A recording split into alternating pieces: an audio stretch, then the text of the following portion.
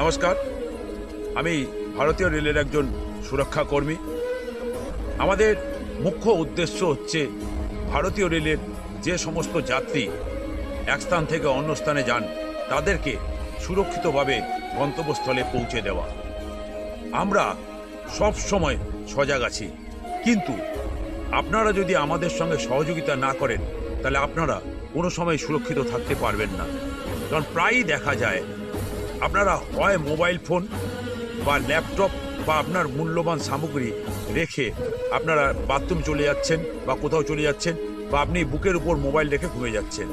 এর ফলে কি হয়, অধিকাংশ সময় অপরাধী যাত্রীর ভেসে টিকিট নিয়ে ট্রেনে ওঠে এবং সুযোগের অপেক্ষায় থাকে, যারা অন্য মানুষকে হয়ে যায় তাদের জিনিসপত্র নিয়ে নেমে যায়। সুতরাং আমাদের পক্ষে বোঝা মুশকিল হয়ে যায়, কারণ কারো কপালে লেখা থাকে না কে চোর আর কে ভালো মানুষ। এই জন্য আপনাদেরকে অনুরোধ করছি, সজাগ থাকুন, সতর্ক থাকুন। কোনো অপরিচিত লোকের সঙ্গে বন্ধুত্ব করবেন না এবং কোনো অপরিচিত লোকের থেকে কোনো খাবার খাবেন না, কারণ আপনার বিপদ হতে পারে। সজাগ থাকুন, সতর্ক থাকুন। ধন্যবাদ।